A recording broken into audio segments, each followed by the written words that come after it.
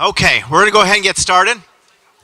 I've got some announcements and some scheduling changes I want you to all be aware of, but I thought yesterday was a great day for learning, for sharing, for networking.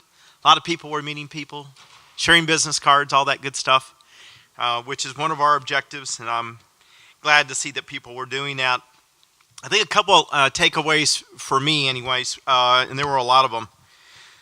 One of them was set goals that don't allow you to then perform as business as usual. Set goals where you got to do something beyond the norm, right? Which it made me think about an article I read around innovation. If you understand it, it's not innovation, which I thought was interesting. So it's got to, what does it feel like? What does it look like? And if you're really not sure, you're on the cusp of innovation. So I thought that was interesting. And I think the other thing that I liked yesterday, what our keynote said, was fall in love with the problem rather than the solution.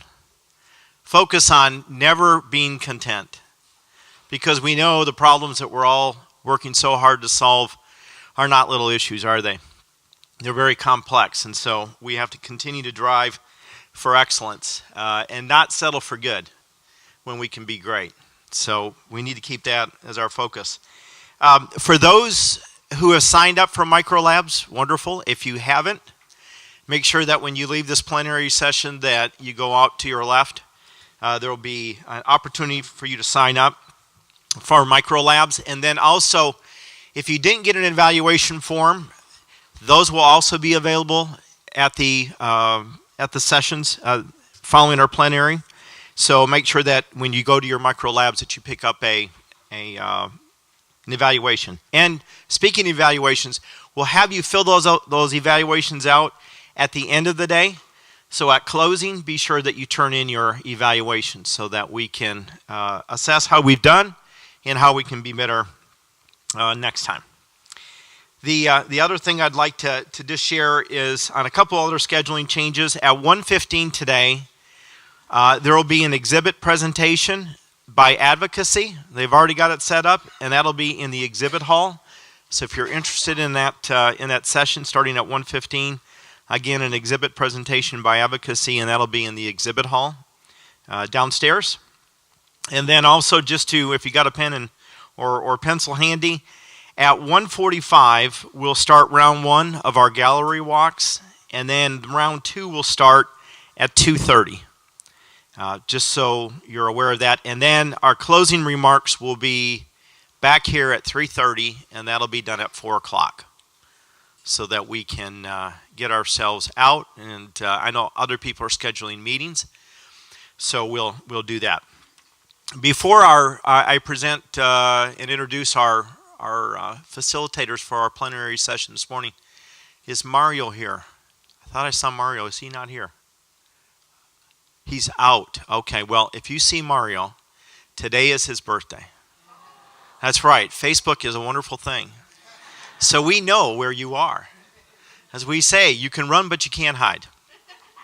So if you see Mario, he's the bald-headed guy. We will celebrate and we will sing happy birthday to him. Mario, birthday to you.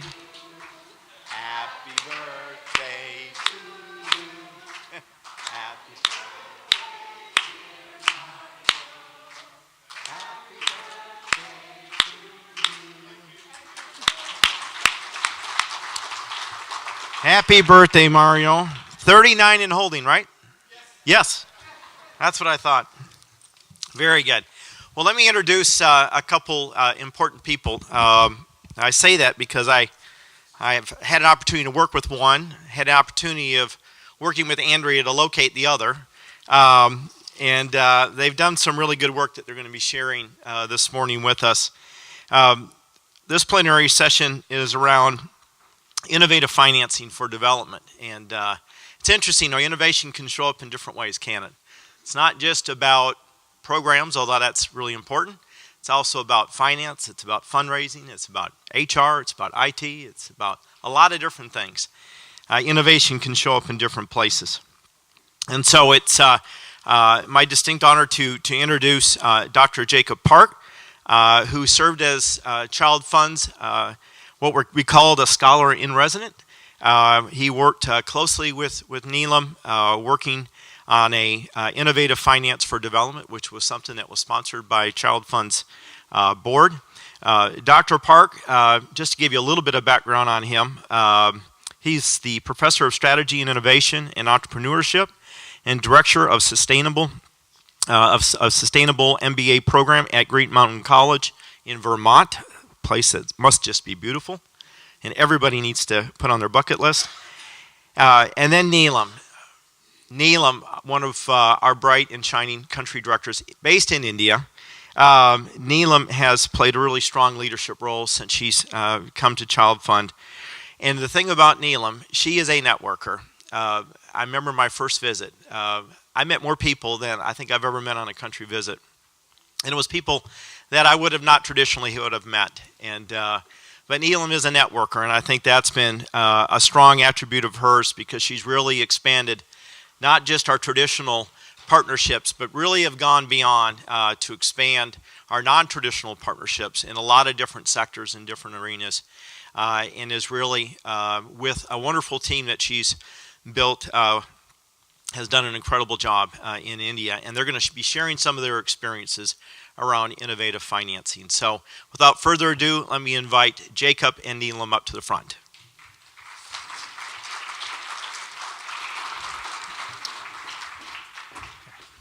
Thanks, Scott. Okay. I think this is on. Hi. So what I want to do is sort of introduce how the plenary is going to work, and just wait until I'm done.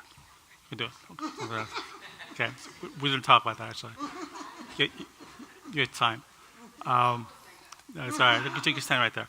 So what we're going to be doing, we decided to kind of showcase the Innovative Finance for Development case study, and Neelam and I thought the best way to do that is kind of structure according to kind of a more design thinking framework. So I'm going to define and ideate sort of the issue in the context of ChildFund, and then Neelam's going to talk about how we were able to implement, to execute that, and sort of prototype and test that in India, so to give an idea of the process that we use to do that. And I think that the big picture here of how we decided to do this, I'm going to really briefly explain why I was kind of retained by ChildFund to do this, but to really give an idea, building on day one, I think this is a critical thing, is that all the wonderful things that Ann-Mei Chang talked about on the stage last night, if you recall, I agree with 100%, but the question I think remains, how do you do that, right? How do you then take that incredible idea of vision, impact, and growth and make it happen within an organizational context? So this is simply one story, and I'm hoping that in the future there will be a lot similar stories of replication throughout the ChildFund network to do that, okay? So I'm going to start defining an ideate, and basically my sort of half an hour or so, and we'll leave aside hopefully at least 15 minutes for questions, is I'm going to just talk a little bit about how I got involved at ChildFund, really briefly, and then kind of talk a little bit about the process we used for doing this. So I was about a year ago, no, more than a year ago, I started Eason, the spirit of Eason kind of looms large in the hallways, I think, here, because he's the one that kind of hired me to kind of, and working with the Exploration Working Group, a board subcommittee, tried to figure out how we could use innovative financing as a topic to integrate it within ChildFund itself. But I wasn't really given a specific mandate, except just to say that he needed to focus on Asia. That was his mandate. So within the Asian regional context, how can we kind of design, ideate, test, and prototype? He didn't use that language, but that's kind of what he was asking him to do. So once I got the approval from the Exploration Working Group, a board subcommittee, to do that, then we're able to kind of start to do this. So I'm going to describe more or less roughly about a year's process of work. And the real work, I really didn't get to meet Neelam until January of this year at a workshop we held in New Delhi. So this is really more or less between about a year's work, but really contracted. The real gut of the work was between January of this year and about June, or we had a meeting in Bangalore in May of this year as well. So that kind of gives you an idea of the timeline that we use to do that. But the important thing is, so let me go through this in terms of, and I think definition is important because that's part of my mandate, is what do we mean by innovation, social innovation? What do we mean by innovative financing? And then why is it important? Again, some of this was already covered, and you already know much of this. I'm going to skip.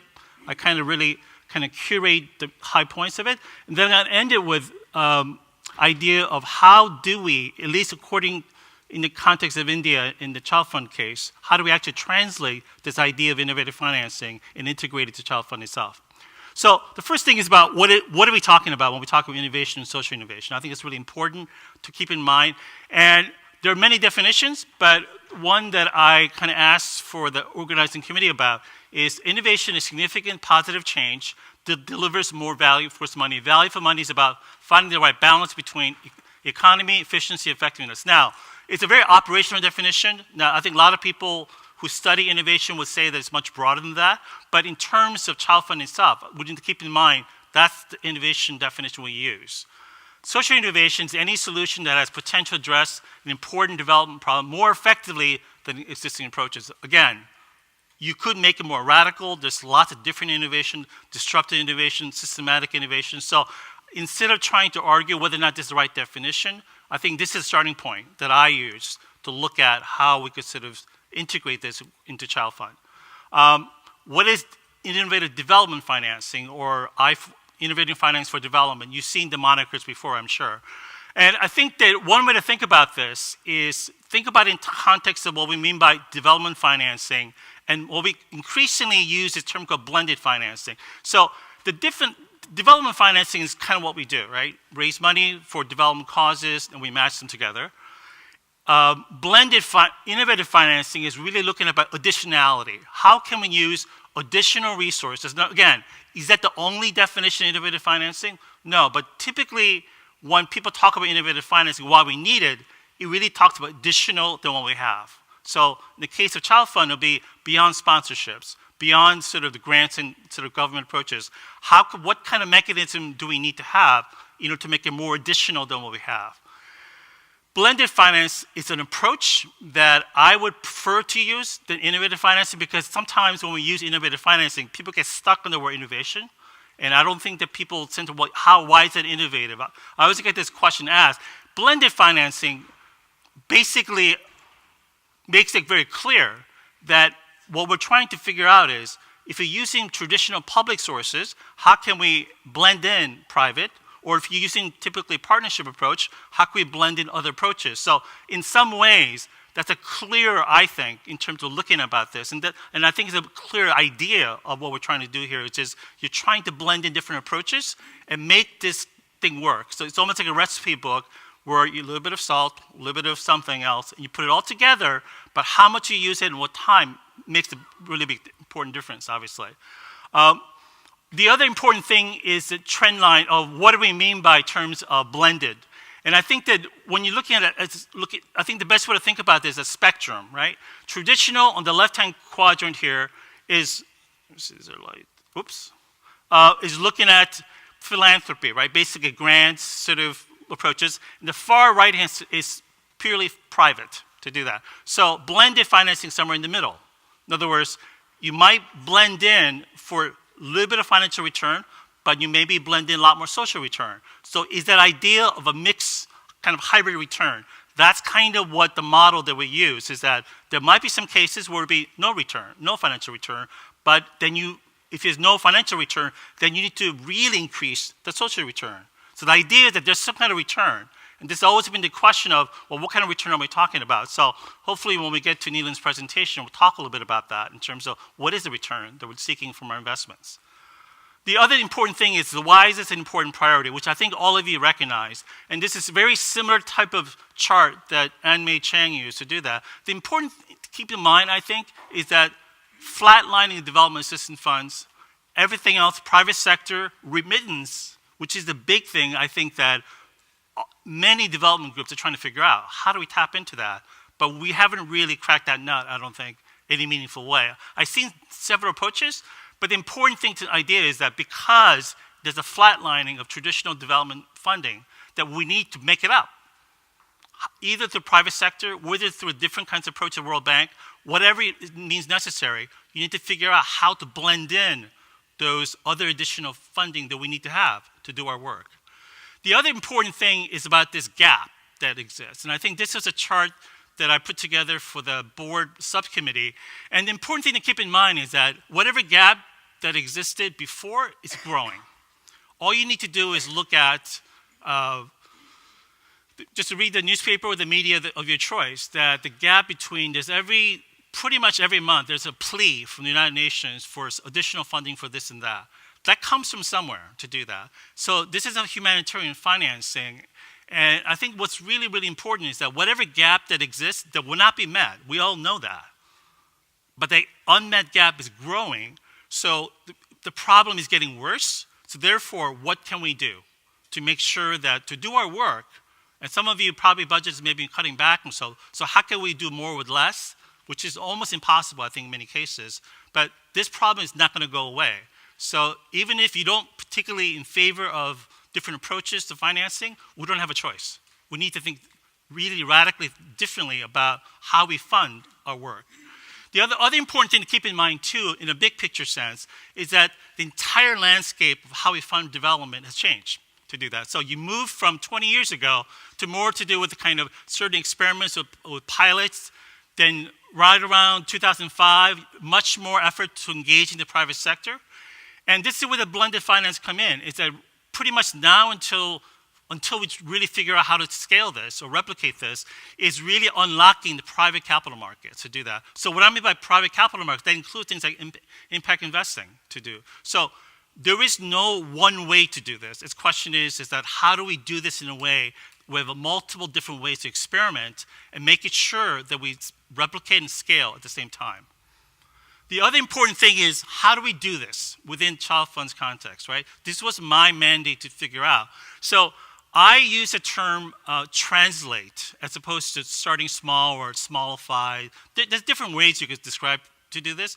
The reason why I like the term translate as opposed to is that in a sense, you're not starting small, right? If you're thinking big, I think you should start big, right, to do that. But what you need to have is you need to translate to a certain degree what's been out there. So part of my task is, so if you want to talk about what ChildFund did, is that they started this committee and they worked with me to kind of smallify this in a way. But I think the term when you think about it is, how do we translate the amazing amount of research that's been out there on how to do it. So I scanned for the better part of months all the different academic literature on this topic. But none of that makes any sense without some kind of context, right? So within the context of ChildFund, how do we make this work? So I came up with 2 questions, and I think this is kind of important for this afternoon microlabs to do, is that microlabs are not necessarily ideas that are established. The idea is that there are small bets. They're making kind of smallified, if you want to use that term. But the idea is that you need to start experimenting and learning kind of the model that Ann Mei Chang used to do that. So there are 2 questions, I think, that I kind of try to frame the conversation around how do we do this within ChildFund's context, right? Number one, how should we think about innovative financing as an organizational challenge to do that? I mean, that sounds kind of maybe tautological in some sense, right? Of course, we need more money, we need different kinds of funding, but how do you do that? Because if you're going to try to take your strategy towards something else, then what are you not going to do anymore? In other words, how are you going to continue to do your work and build in additional measures to do that? So are you not going to ask people to double up their work?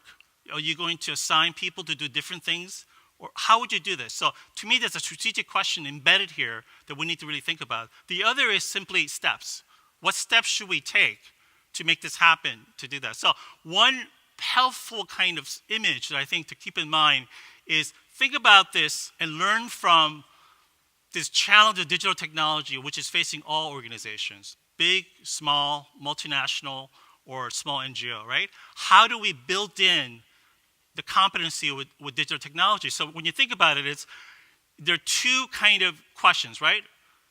How much to change? That is, how much do you integrate the digital platform within your organization? The other is, how fast do you do it, right? So what I use this image for is to engage the board subcommittee about should we think about innovative financing in the context of ChildFund.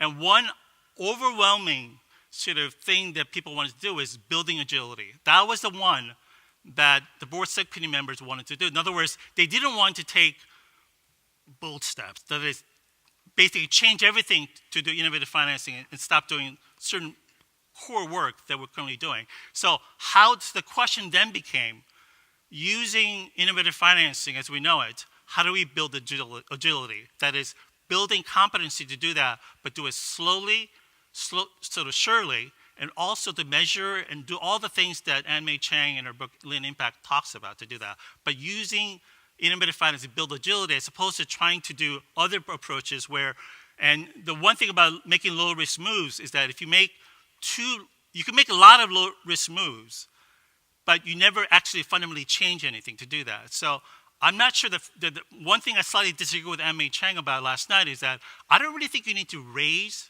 the goals, but you need to make it clear. What are you trying to do? One of the first things I tried to do when I was in India was, what are we trying to do here?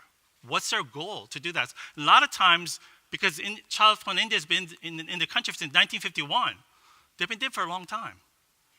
So what was the original goal? What are we trying to do? And it was very clear to me that we don't need to do a fundamental rethink, but we do need to use this to build agility. That was really the key thing that came to my conversation. So the steps. I use this there's a nice 2011 article that I use. So this isn't my idea. I just kind of used the best article that I could find to do that. So first was analyze your current approach. Self-assessment sounds pretty simple. Learn from your peers. Identify and narrow the options that you have. And again, Neelam's going to show you how we did that in India itself. And then select the funding model to implement and then execute to implement to do that. So a little more details about each of the things. So what I try to do is I said, well, what have we done in ChildFund? So I used the building model canvas that some of you probably worked on. I used that. I asked the Chief of Staff, Jenny, to kind of to show me the slides that have been created. I used design thinking, all the things that relates to organizational change. What are the different ways that we could do so? I would use Lean Impact as a resource as well.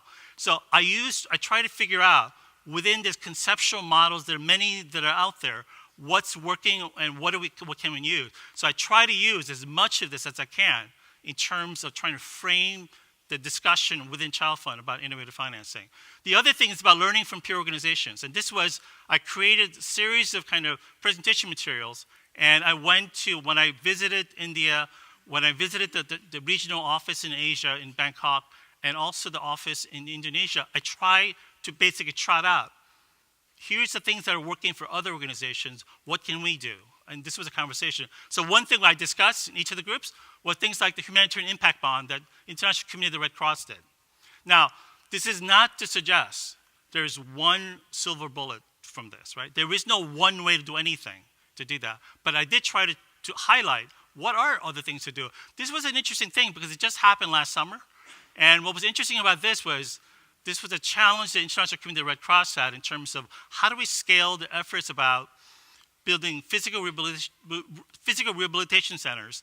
And they decided that instead of trying to ask for donors in a more traditional way, they decided to float a bond. Again, Neelam will talk about how we apply this model in ChildFund India's case. But the important thing is that they could have chosen to do a more traditional route, but they didn't. They said, let's experiment with this. So now they're going to use this to expand and replicate this idea. So I'm really hoping in the couple years' time, if I'm ever invited back, I'd like to see different examples, how this will work within ChildFund's network. The other important thing is the intermediary model. Again, Ann-Mei talked about this last night, and I think the different ways. Could we create within ChildFund some kind of a financing intermediate thing as a spin-off, as a possible wing, part of ChildFund itself, but separate from programs? I'm not sure, but it's a question that I have in terms of how to do this. Then we need to narrow the function, then all the options that we have. So there are many, many that we started from. So one option was, in India's case, and I'm going to start transitioning to India itself, is the reason why India made so much sense. So this was a slide, part of a presentation that McKinsey gave. This was a great workshop that Neelam organized for us. in January of this year in New Delhi.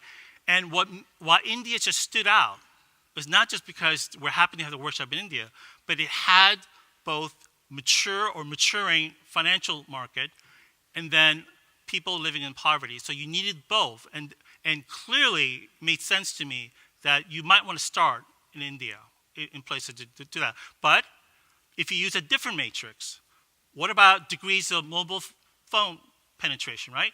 Then you might look at it differently. So because not every country is going to have an emerging financial market, right?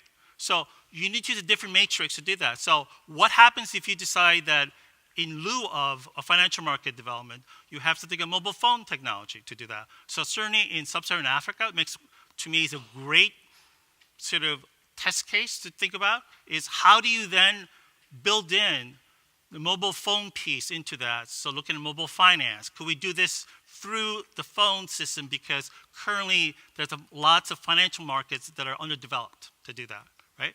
The other thing that I want to have a cautionary note that I think is really important to keep in mind too is that I think what day one highlighted for me was the potential. All the great things that is already happening, and hopefully day two talks about the possibilities, and hopefully tomorrow we'll talk about kind of narrowing the options a little bit in terms of identifying what steps to take. But I do think I have two levels of cautionary note. The first is, yes, we need implementable, scalable solutions, and they exist. But number one, how long will they take to do? Do you have the resources to make it happen? The other important thing is that we cannot confuse impact the organization can make on our own versus working with other, collaborating with other groups to make a more of a systems impact. Because oftentimes when people hear about impact, I feel like there's no way you could do that on your own, right? You kind of have to wait until things happen. So as an example, this is kind of a slide that is actually being very popular in kind of development circles, which is how quickly things could happen. The picture to your right is a picture taken in Fifth Avenue, New York City in 1900, and it talks about basically lots of horse carriages. 13 years later, more or less the same street, that complete turnover. More cars, almost all cars, no horse carriages, right? The idea is that sometimes change happens very quickly. Artificial intelligence, I'm amazed, for instance, how quickly voice activation.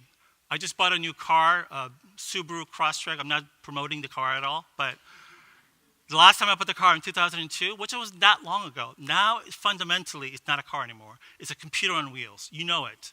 The first thing that the person did was to sync my iPhone with the car, or asked whether they could do that or not. It's not a car anymore. It's complete different types of transportation vehicles. So in some ways, from 1900 to 1913, there's a complete change that happened. Then for about another 100 years, nothing really happened because the internal combustion engine there hasn't really changed. But now, within sort of 2005, 2008, now you see completely change over to do that. So transportation as we know it is going fundamental transformation in ways that the previous 100 years it could not even replicate to do.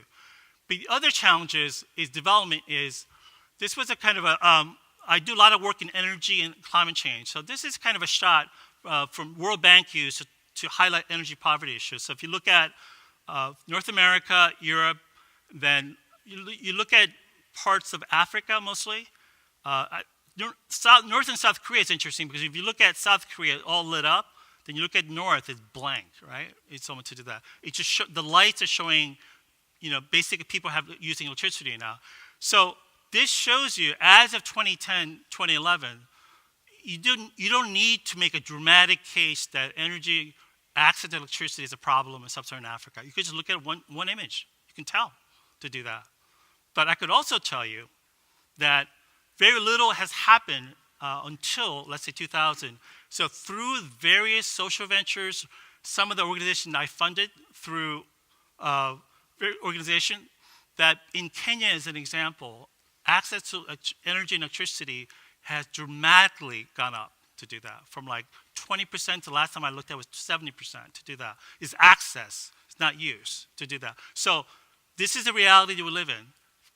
sometimes, as much as you would like to, it happens very slowly. The other thing, critical, related question to me is that when we're talking about funding social innovation, I feel like sometimes people are talking about funding social movements. The reason I say that is because Bridgespan did a nice report talking about how long does it take for any change to happen at scale. So everything from, this is more the US context, looking at public libraries to fair food programs, different cities. But you could see how the average initiative they looked at took 20 years to do, right? Marriage equality is interesting. So yes, some things are, so we use lots of case examples of things happening quickly. But we need to recognize that for the most important things that we work on, it's going to take much longer. And the question is, how can we provide a mechanism to provide the financing to make change happen slowly, surely, but sometimes at scale, but make sure to do it fast, but also sometimes be patient, that we're not going to have that for potentially for decades on end. So I'd like to turn it over to Neelam to talk about this great example in India's case.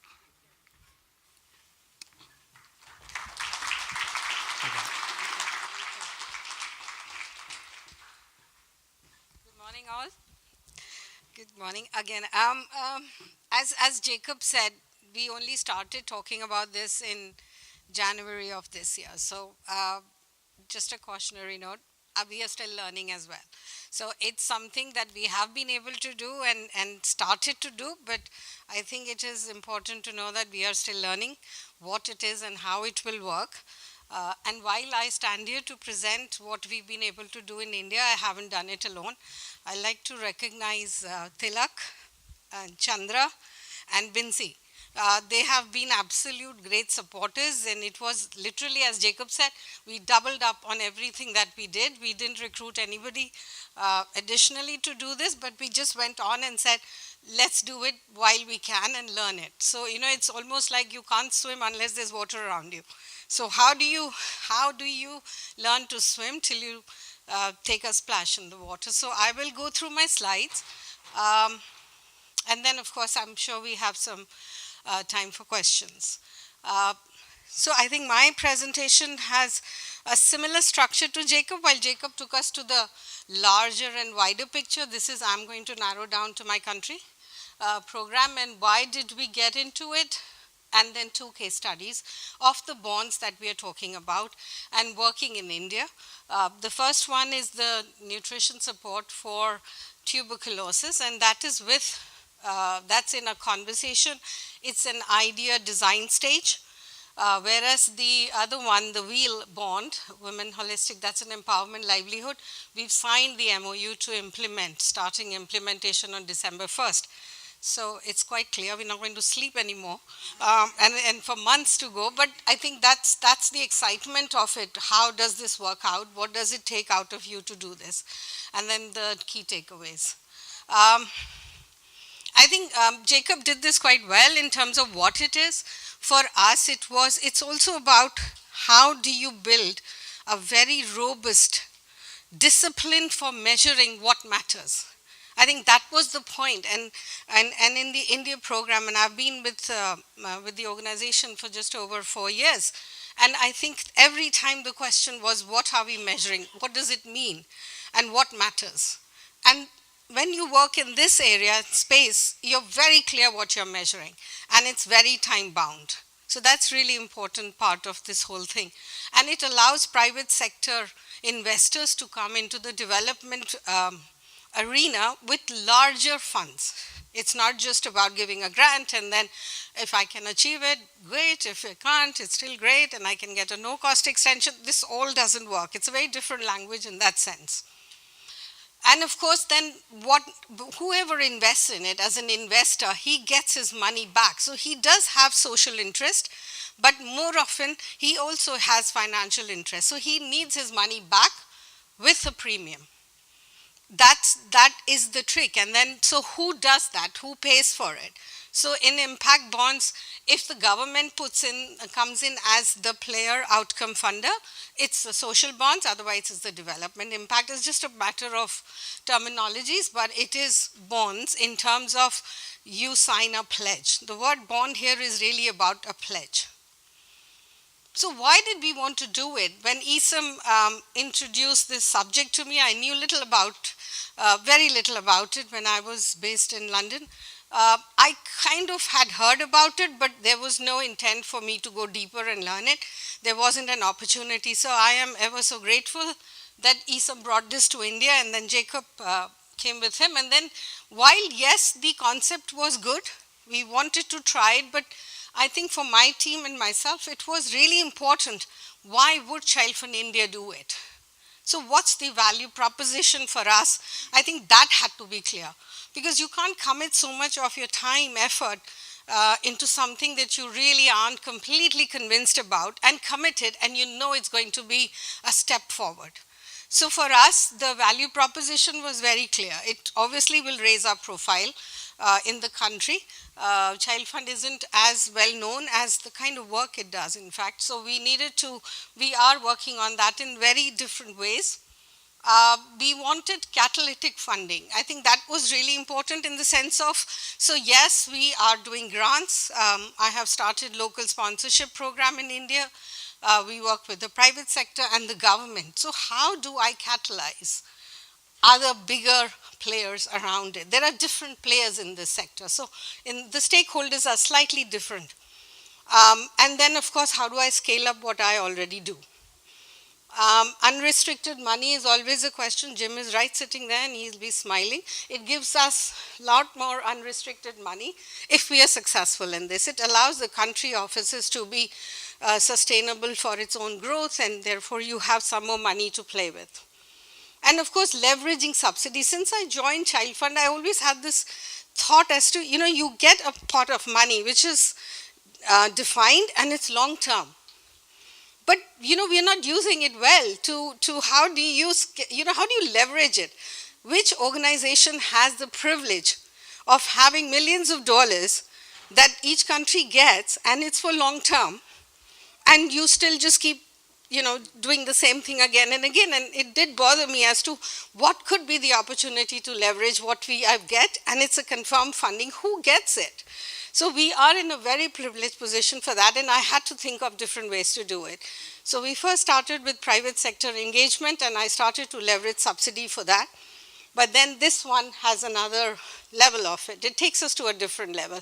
And I said, of course, it was about, can we create a discipline? It was a cultural shift as well. How do you create a discipline of robust measurement systems that's part of your day-to-day work? It's very difficult to do that because we were just happy the way things were going. The local partners, the grants, and then you carry on. But this one, it really kicks you up because you get paid only when you achieve something. So you have to be really careful, and of course it contributes towards the larger sustainable development goals. So our case for support for India to do this was quite clear. And I think that's what motivated us to do it and take it forward. We were very clear why we want to do it, and therefore what value does it give for the organization going forward. I think Jacob touched upon this. There are key 4 players in any structure of a very traditional impact bond, though it's a non-traditional way of funding and financing, but there is a structure that has worked so far. So there is a risk investor who upfronts the capital. The risk investor gives the implementing organization, the charity, upfronts the capital. The outcome payer buys those outcomes and returns the money to the investor with a premium. And the outcome payer appoints a very higher profile or an expensive evaluator to endorse and verify that those outcomes were achieved, and only then the outcome payer pays back to the investor. And then, of course, there's a service provider. That would be us. So that is the structure that we started to understand, know, unpack it, and then define ChildFund's role in it. it's, like I said, it's complex. So what are the process and steps? And again, if you look at design thinking, of course, it's very much the same. You do a feasibility, you do ideation, designing, and implementation. It does take that. And it's very, very detailed. And I'll give you an example how detailed it can get. And there are a lot of risks in it. Because if the investor has given you the money and you've not achieved the outcome, he's not going to get his money back, and then there's only a small risk he's willing to take. He wants his money back, and you've used it. So where do you go for money for that? So those are the risks. You really have to be knowing what you're doing and how strong your idea is and how good is your design and the risk part of it. And so this is something, I mean, I'm sure the slides will be available, but there were a lot of back-end work that we had to do to get up and say, I think we can do this. So I'll get into my two examples. I'll start with the bond that we have just signed and we're ready to implement. It's a bond that this is a project for tribal women, very, very rural part of India. And we piloted this with City Foundation 3 years back. And we saw significant success in it. So we thought this is a scalable idea. You would never go with a new idea for a bond. Something you've tried, you've tested, you've piloted it. So you have some track record.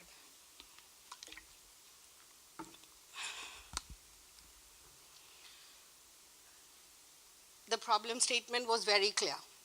I don't think in India I have to give you any numbers to show how big and the problems are.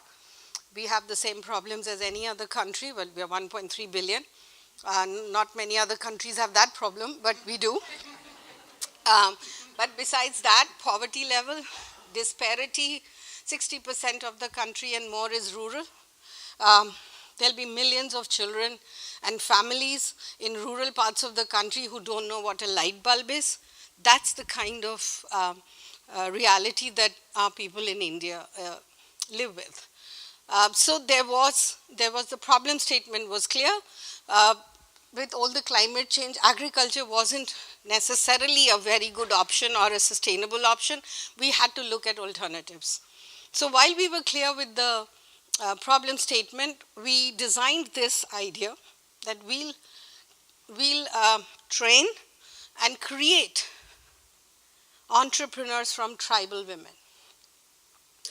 We'll work with tribal women and create and make them into entrepreneurs. And we chose poultry because of many reasons. In the state that we chose, poultry was a very viable option, but till then the people in that state only saw it as food, sustenance. They didn't see it as a business option. So you had chickens running around, pick it up, cut it, eat it. That was it. So they never saw chicken or poultry as a sustenance, an idea for sustenance. So that's what we brought into it. So our first project that we did with City Foundation, and we're doing it again for them, but this bond was about 2,000 tribal women in Madhya Pradesh. It's one of the poorest states of the country, will become entrepreneurs and earn about $400 from this. The design was very simple. 1.2 million, so it's small. Again, if you look at Smallify, it is Smallify in a bond world. It is not a large bond. But again, so we were willing to take, and the board was willing to take the risk only to that level. Since it's our first one, go slow. Let's see how you implement, because this really means if you don't do it, you have to return the money. So we took the risk to that certain level. In this bond, the other issue that you have to always have and be concerned and be clear about is you need to always have a unit cost. So what will it cost per woman? That's how it is. Very, very economics around it. What does it cost per person to do this? If it's in education, what does it cost per child? If it's livelihood, what does it cost per person? So we had a unit cost. What will it cost to have these women get into poultry business, which is sustainable?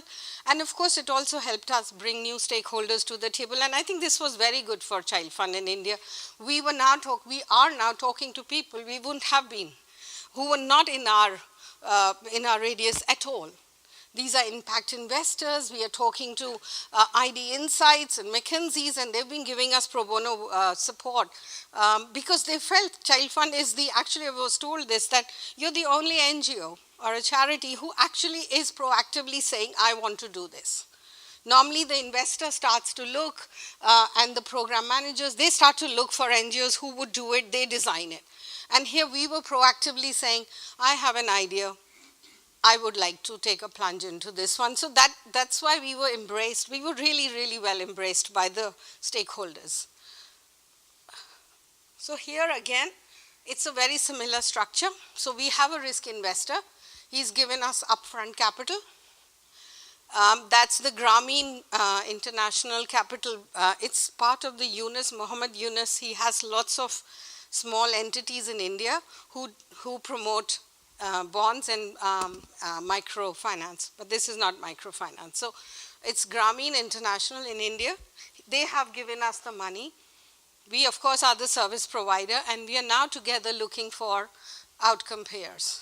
And Grameen has the responsibility and accountability to find us the outcome payers once we start on December 1st, and then we start selling the outcomes. And I'll explain you how we are going to sell the outcomes a little bit. This is the detail that we had to go through.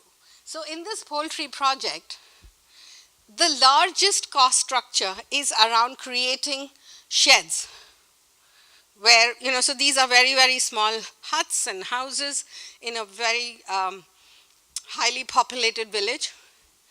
And they have a little bit of a front yard and a backyard. So the first thing is to create sheds where we're going to put the chicks. And that's the largest expense of this project. It's about $150 per shed, right, Binsi? It's about $150 per shed. So we gave it rating. I think this slide, if you just look at carefully, this is how we want to sell the outcomes, and this is how ChildFund averts the risk. If you remember, the outcome was 80% of women will make X amount of dollars, right? Now, maybe 70 would make it, maybe 75, but I wanted to lower that risk to the minimum to ChildFund. So what we did is we put 30% points on shed construction. There's no risk in that, right? So we said quarter one, we'll make the 400 sheds, quarter two, and so we did that. And then we'll give them the chick distribution. We give chick distribution 35 points. And that's also very low risk. We know you don't do it in the summer. We should distribute. I could now write a book on poultry, but and TB. But it was funny, how much you have to learn about it. It's really exciting. But sometimes you think, what am I doing? I work for children. But never mind.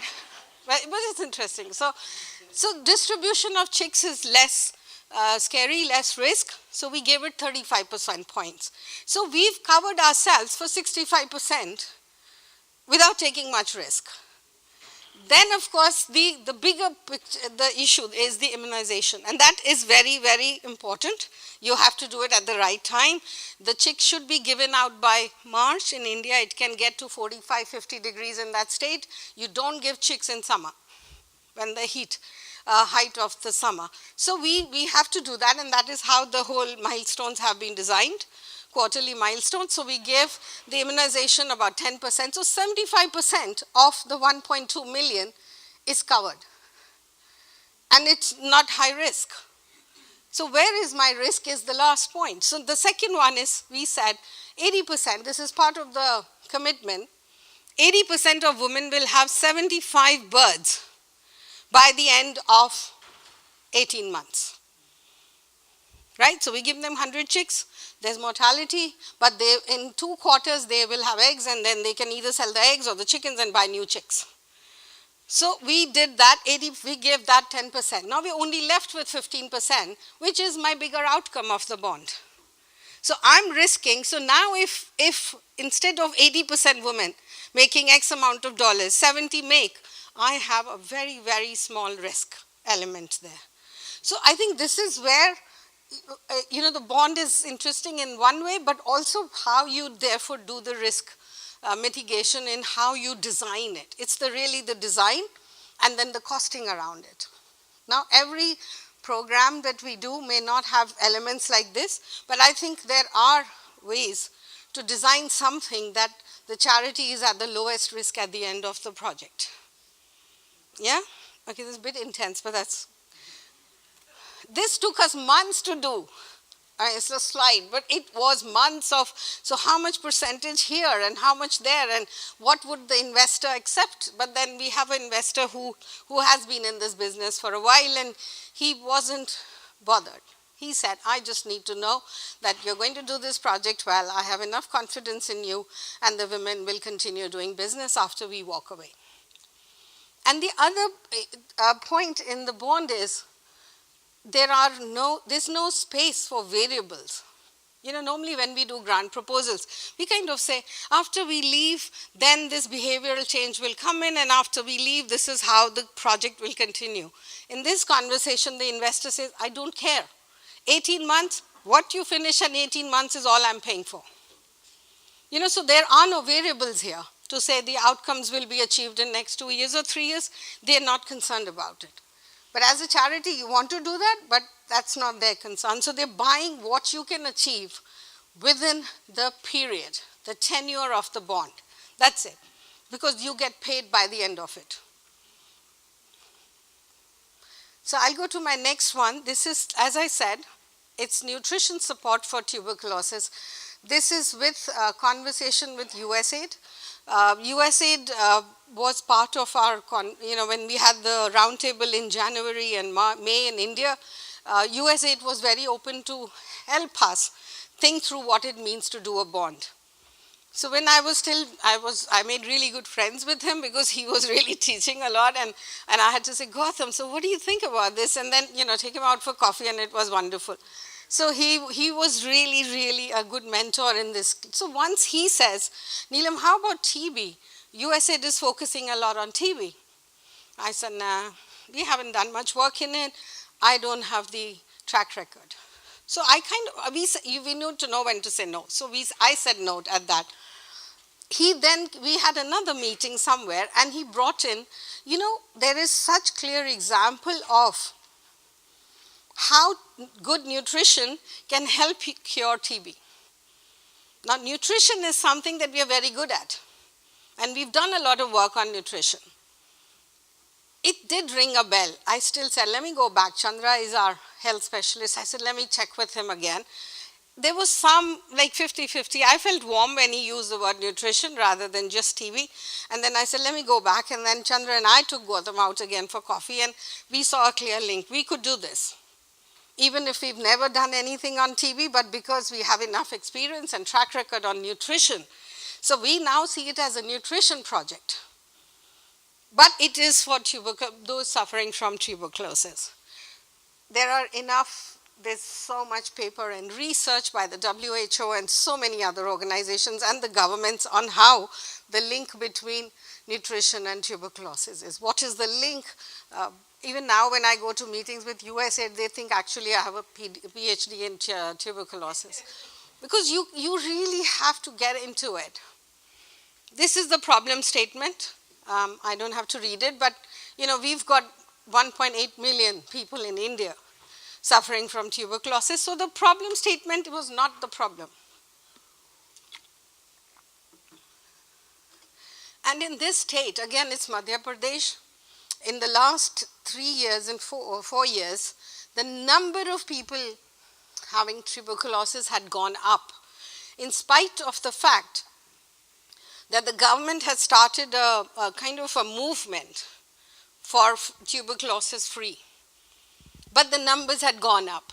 And so we had to do a lot of work. Why are the numbers going up? Government has huge budgets for eradicating tuberculosis. Why are the numbers going up? So of course there was a lot of reading, a lot of conversations. And what's the good part of this is that USAID does innovative financing and bonds, but they don't do it directly. They have a platform called PEHEL, which means I come first, and IPE Global, which is a global consultancy, is running that platform for them. So they said, because again, we are new, and I've never made any conversations in the sense saying we know what we are doing. I'm very open, very honest, saying I really don't know what I'm doing here. So either you help me think it through, but because I think by then we've positioned ourselves well, we've created a concept of confidence that this is a good organization, the leadership is there, they will make it happen. All they need is, a bit of support and guidance and mentoring, because we had positioned and put ourselves in the center saying, we are ready, we raise our hand, we've got the enthusiasm, we've got the connection, we work in this state, I've got local partners there. That was all there. I have the communities. And we understand the communities. I think that was really important. Then what the project is becomes next point, secondary, rather than saying, do we go with everything new? So that was a good one. And so IP Global has been a great support to us. They've been helping us design the bond.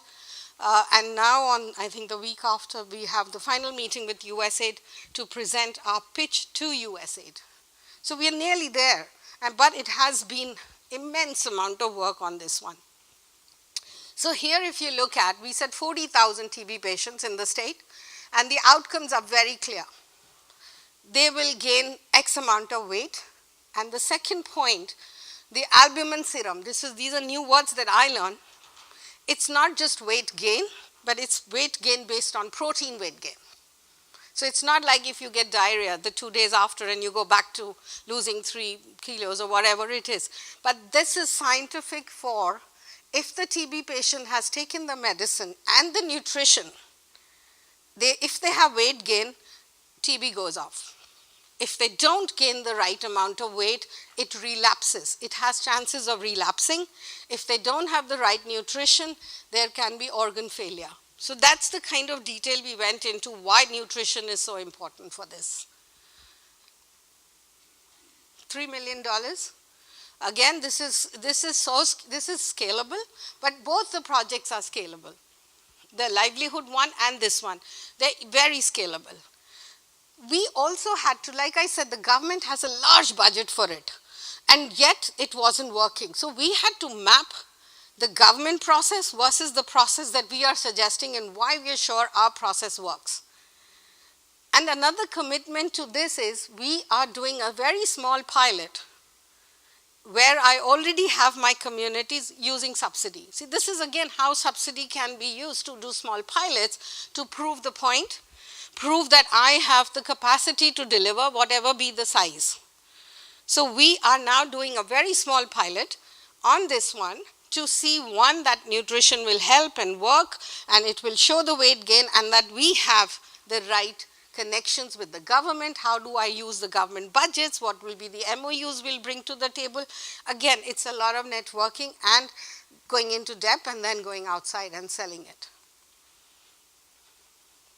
So once we've designed, like I said, now we are at the pitch, we are at the stage where we are producing the pitch document, which we will now present to USAID the week after. And then we will go out with IP Global's role is to find us the risk investors and the outcome payers. While we will go with them, because I need to have ChildFund saying, who's the service provider? ChildFund is not like Oxfam that, when you say the name that everyone says, all right, okay, we know that. We don't. They don't know us as well. So now the agreement is that when IP Global, who has the responsibility to find us the risk investors and the outcome payers, I will be shadowing and going with them with the pitch document. There's a lot more credibility and authenticity if ChildFund does this rather than a consultant doing it for you. Key takeaways, this is my last slide.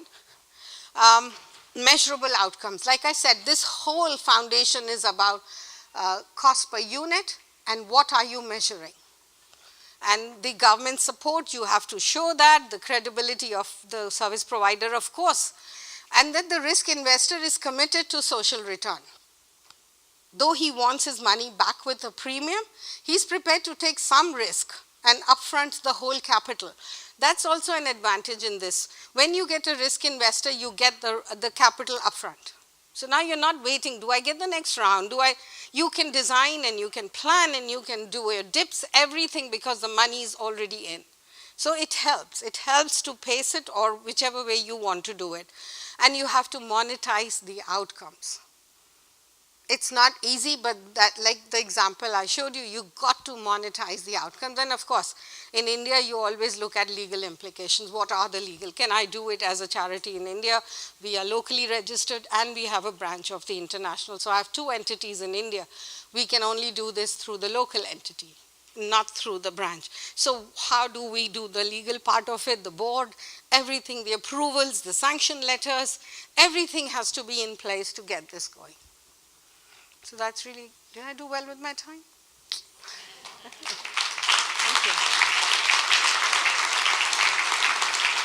Thank you.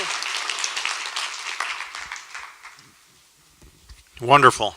I was beginning to wonder yesterday, towards the afternoon, when is the R word going to come up in innovation, which is about risk. There's always a level of risk involved in innovation, right? It's what's our appetite for risk? And are we really good at taking risks? Some would question probably not so much. But we have to be able to step out. To use Neelam's analogy, we have to be able to put our big toe in the water and then be ready to take a big splash. So we need to think through that. We got great time for questions. So we've got the mic up here. Want to encourage those who have questions. I knew Jenny would be up here. But yeah, please come up. We got about 10 minutes or so. We'd love to take some questions. And so Jacob, if you want to come up, and Neelam, yes, all questions are fair game. Absolutely. No, we are learning as we go along. Thank you so much for taking the time. It's really exciting to see a conversation that started a couple of years ago really coming to fruition. And this might be a question more for Jacob, but maybe for both of you. So, this started a couple of years ago with Interaction coming up with some research around innovative financing for development, and an expert from Interaction came and presented to the executive team and shared about all these different financial instruments that are out there. So, it's things like debt swaps and loan concessions and direct equity investments and conditional cash transfers and all these different things. And I know that part of this work was deciding that impact bonds was the best move for ChildFund in this situation in India. And I just wondered if you all could talk a little bit about why that choice made the most sense given the other instruments that are out there. Why don't you start with India? The conversation in India when Isam came over and he sent me an email the week before they were coming to India for a board meeting, and he said, have you thought about this, and maybe can we speak with 2 or 3 people in India who are in this space of innovative impact bonds and all. So it was like Christmas time and they were coming in early Jan, and I didn't know what and who am I calling, who's my first caller. So who am I going to start with? So of course then you look at your Rolodesk and then you make some calls and say, do you know anyone? And then you go around, and then I got 4 or 5 people, and I thought, how am I going to organize individual meetings for them? It's very hard running around Delhi with traffic. So I said, let's do a round table. So I organized a round table, and I got McKinsey's, and I got everyone coming in, and they paid for themselves to come. So I think I did put out a pathetic, like, can you afford? I don't have a budget for this as well, as always. So they came to Delhi, and then each one, from McKinsey's to USAID to Habitat for Humanity, who has some experience in it, they all shared exactly what the bond was. And I think Isam and Jacob went back, and Jim was there too, that this was great. Okay, then they went to Indonesia, I think. And then I get an email 2 months later saying, we've selected India to pilot. So my instant response was, wonder why. So it was like, but I think one of the slides that Jacob showed, India has a lot of potential for innovation. People are ready to put money in, and of course there is wealth. There's huge amount of wealth in India. Only thing is, there's still a lot of selfishness and me and the my. But there is a commitment to see good work happening, and I think the biggest issue in India is the credibility of the charities in India. Now, if you can position yourself as a credible charity, I think in India there is, you can be the only one to stop yourself. So I don't know, Jacob, if you want to, you were in those meetings. So the real quick answer, there's a long sort of answer to this, but I'll just kind of narrow it down to what I think is a really important piece is that we settled on development impact bonds given the kind of the choices that Jenny just outlined, is that you can go with many different things. One important thing to keep in mind too is that many our peer organizations are doing exactly the same thing, not with DIBS per se, but if you look at it, whether it's Save the Children, CARE, almost every organization that I looked at has kind of what they call an innovation unit, and they also started something called innovation, sort of like a fund, either internal that try to kind of catalyze or external fund. So that's pretty much mainstream now. No one thinks that's really innovative anymore because everyone's doing it. The problem that I saw with that approach is that it literally did not look at the culture itself and says, well, will that work? I mean, you could do that. You could have like a pitch session and winning session get $10,000 to scale or to do that. But I thought that it's been done, and I wasn't really certain whether that's actually going to work. So I tried to identify, and when Neelam said we decided to pilot it, there was a meeting that was held here back in March, in April, which I kind of presented to the board subcommittee about. And for what made the most sense, again, keep in mind too, my mandate too, looking within Asia, where do we start to do that? And to me, it made the most sense start with India, then with development impact. But now, if my mandate was in Africa, Latin America, it may look very different to do that. So you need to look at the country, the ecosystem that exists and say, what can you build on? What is a track record to do that? So we came with this, and again, 95% of the work is done Neelam and her team, in terms of within India itself, but you need to start somewhere. So we made the recommendation to go with DIBS in India for that reason. But again, the answer could have been very different if it had been Latin America, been Africa, because you have a very different regional ecosystem. So the answer would have been very different. So that's what the answer is. And if I can just add to that one point, in India, if you did any other format for it, for example, equity, you'd have to be registered as a for-profit. So I think the legal conditions is a very important one. We couldn't have done anything else with the current legal registrations that we have. So for this case, we don't have to do anything bigger and change anything. And the government in India isn't very open to it either. So this was the safest to do it as we now currently exist. So that was our safest bet legally. Hi, everyone. Jacob, you want to come up? I'm Melissa Kelly. Neelam, I really appreciated your presentation and how you focused on the leveraging the subsidy and how both case studies are focusing on caregivers, so caregivers' health and caregivers' livelihoods. And I'm wondering if you're thinking about leveraging the caregiver outcomes to the child outcomes. So thinking of how within your sponsorship programming or other grant programming, the improvement in health, the improvement in livelihoods is linked then to children's outcomes and parenting. Whether that's now, I know there's some contamination, especially with the poultry, or whether that might be a future step. Right, thank you. Such a deep program question, but I'll try and answer it. When and I don't know if I will do justice to your question, but Tilak is right there. Ask him. I think one important consideration in this one was while we seek out for the parents or the young women, so we said poultry 18 to 35 or 30 age group, the first consideration was we go to our own enrolled children and our families. So they are parents of our LS1 children or they are from the LS3 group. So, we've started with that. That is the first consideration. We should, again, it's about leveraging. Even if I didn't leverage subsidy, the point is how do I bring value add to the communities that I already work with? How do you create more value beyond the, the sponsorship that we have funding for them? So I think that, of course, has helped a lot. So we first start with our own enrolled children and then we go outside the other communities and extend it. But what we have learned from like the first round of pilot that we did with City Foundation was now our children are doing far better because the women are making money. They have now influence and decision making. They have a voice in the family. So how they shape the children's, nutrition and future has completely transformed those communities. So there is a link, but we are still learning. Like I said, it's only been 2 years. How do we see it over a longer term, and then what outcomes do we see? So Melissa, I think it is something that we have in mind, but I don't think we've articulated in the way your question was really asked. So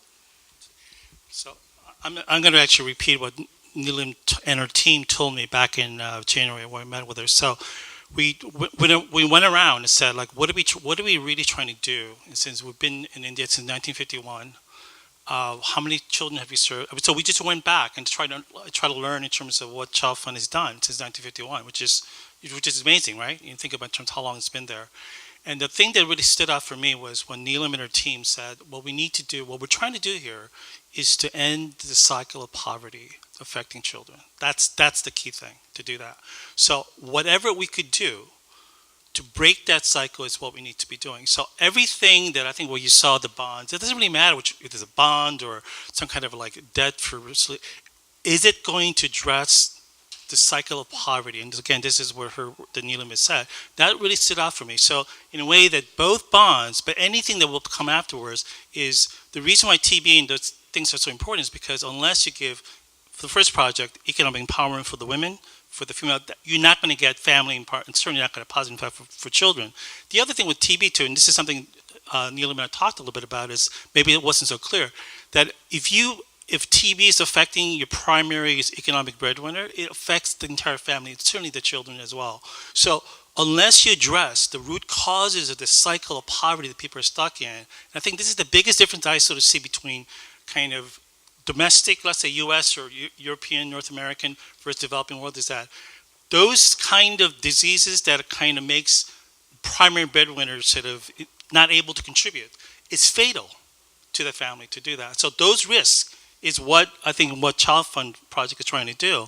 And what I really feel like is just like, wow, this is really something that's going to happen. It's not about TB, but rather breaking the cycle of poverty that's linked to the TB. Thank you, Jacob. We got to Paul and Two questions. Maybe this is a quick question. I'm Sally Boucher in philanthropy, and I'm curious to learn a little bit more about the outcome payers. Are they, do they come from the funder? Does the risk funder provide those, or are you selling that, and how are you doing that? Is it from private philanthropists? Thank you, Sally. Outcome payers are not brought in by the risk investor. He gives you the capital, and then you have to find a way to get his money back. The options for outcome funders are private sector. So that's why it's so important to have a unit cost and break the costs. So one funder might say it's hard to raise 3 million from 1 or 2 million. Say, I will pay for all the sheds. And so it's an easy package. And you have to do that. Government has been an outcome payer, but not in the first stages. So even for tuberculosis, it is government's mandate, right? Yet we know that when we do the first round, we can't bring them in. They won't come in. They'll support you. They'll give you everything. But once you've got an outcome payer from a private sector, scaling, yes, government is an option. So it's mainly private sector, but it can be Rockefellers. Another impact bond has CIF, the Children Education Agency. So bilaterals, multilaterals, and private sector, government are the outcome payers, and we have to find them. Thank you. Probably the easiest way to think about this, there's already things like Calvert. They're already Washington-based set up to do that. So they act as a broker, right? So the idea is that you find the broker, the Calverts in the United States, a lot of UBS Foundation has their own to do that. They're the ones that work with the clients to do that. So they said, so they have their clients, as they said, they're looking to invest in this type of benefit to do that. So the outcome funder will literally work with investors. So the child fund itself never going to work directly with investors. You work through the outcome funders to determine that. And they're the ones that tell you that, show me the benefits in terms of if you put in $1 million or whatever, what's the return we can get for that? And then they go back to the clients and say, the risk investors, and saying, well, we have a package to do that. So you're looking for this kind of return. So they will package it on behalf of the risk investors, and what ChildFund or people that are going to be the service provider is doing is providing the benefits to which try to match the return and the risk profile to do that. Sometimes it's very high risk, then the return has to be higher. And that's the key thing, is that the risk is high, the return better be high, because they're not going to be interested in doing very high risk and low return or no return. That's not going to work. High returns. The Okay. ROI is clear. This is great. We want to encourage, I know Paul's got a conversation or a question, but I'm not going to let him do it because I know some of you are ready for a biological break and some coffee. So Paul, you can come up and ask your question, as I will encourage others to before you leave.